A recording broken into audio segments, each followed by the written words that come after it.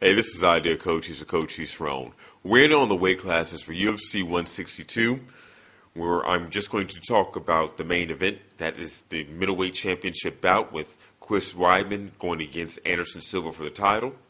Unless you are an acquaintance or a friend of mine who just found out that I have a YouTube channel, I'm not going to bother you with the skills of Anderson Silva. You already know what it is. And let me take a little break right here and just say thank you to all the viewers. I have now just become a YouTube partner.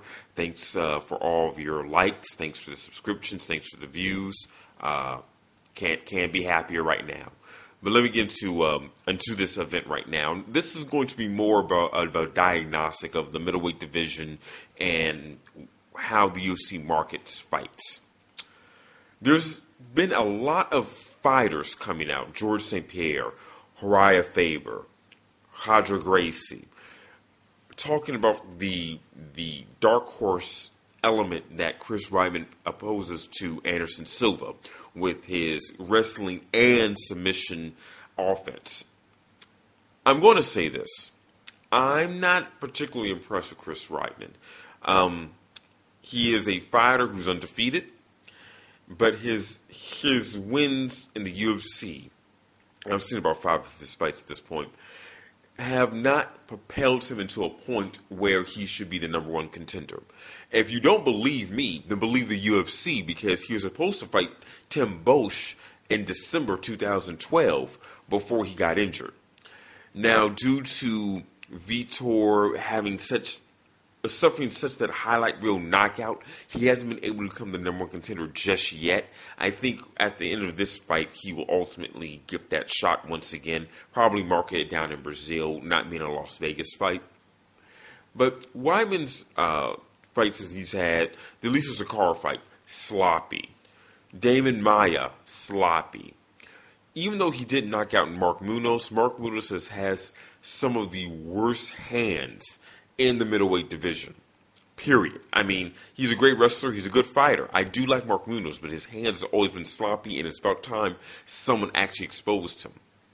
Now, when it comes to all these different fighters coming out and saying that Weidman has a very, very great shot at taking Anderson Silva's belt, I do have to hark back to the Nick Diaz Wolf tickets. And I just had a video out a few weeks ago where I got a whole bunch of hate comments for me disliking Nick Diaz.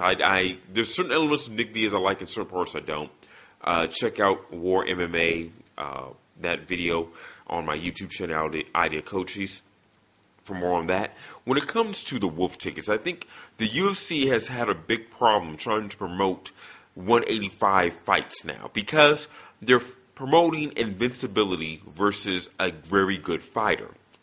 You know, George St. Pierre had been knocked out by Matt Serra, and they've been promoting George St. Pierre as like, he's an excellent fighter, he has great wrestling, but he can be knocked out. The problem is that George St. Pierre has been listening to this as well and has been fighting a lot safer since that time. But when it comes to Anderson Silva, I have to say, people may dislike John Jones because he's arrogant. They may dislike George St. Pierre because he's boring, but people want Anderson Silva to lose. I mean, each time that he's having a fight, they really want Anderson Silva to lose. It's almost like the point of like 2009 Fedor before Fabricio Verdum got the upset win, which is probably, which if that happens on June 6th, it would be the biggest upset since that time. It would be almost the level of Buster Douglas and Mike Tyson. So I don't feel that Anderson Silva is that kind of fighter. I don't think he's going to let himself go. And I really hope that the UFC can do something with Anderson Silva very soon where he gets to retire after 1 or 2 more fights and comes back and ends up having to fight John Jones, because I think he wants to protect his legacy as the 185 champion. What I'm a little more concerned with is what's going to happen when Anderson Silva does get too old and he doesn't want to fight at 185 anymore. Or if he does actually end up losing. Because it's kind of the Anderson Silva belt right now. It's so synonymous with him.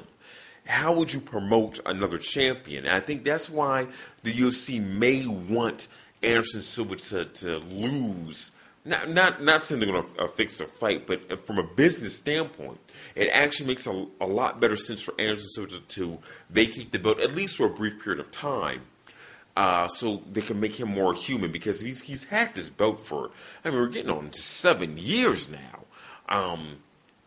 So it's going to be very hard to promote that next champion if they're not, 99% of the abilities that Anderson Silva possesses. I mean, if they don't have those things. So that's all I have to say for this one of the weight classes. Short. I'm not going to talk about the other fights, guys.